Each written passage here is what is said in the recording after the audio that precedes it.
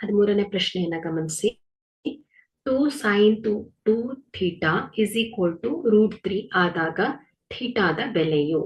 So ಇಲ್ಲಿ 2 sin 2 theta is equal to √3. So sin 2 theta is equal to ಏನಾಗುತ್ತೆ √3/2. So ಇಲ್ಲಿ sin 2 theta, so sine ಅಲ್ಲಿ √3/2. So ಯಾವ ಒಂದು ಆಂಗಲ್ ಗೆ √3/2 ಬರುತ್ತೆ ಮಕ್ಕಳೇ? ಸೈನ್ 60 ಡಿಗ್ರಿ ಅಂದ್ರೆ √3/2 ಅಲ್ವಾ? ಸೊ ಇಲ್ಲಿ ಎರಡು ಕಡೆ ಸೈನ್ ಫಂಕ್ಷನ್ ಇದೆ. So 2 theta is equal to 60 degree ಆಗುತ್ತೆ. So theta is equal to 60/2. 2 2 ಬಂದ್ಲೆ 2 30. So theta is equal to 30 degree ಆಗುತ್ತೆ. ಸೊ ಸಿ ಏನಾಗುತ್ತೆ ಮಕ್ಕಳೇ? ಸರಿಯಾದ ಆಪ್ಷನ್ ಆಗುತ್ತೆ.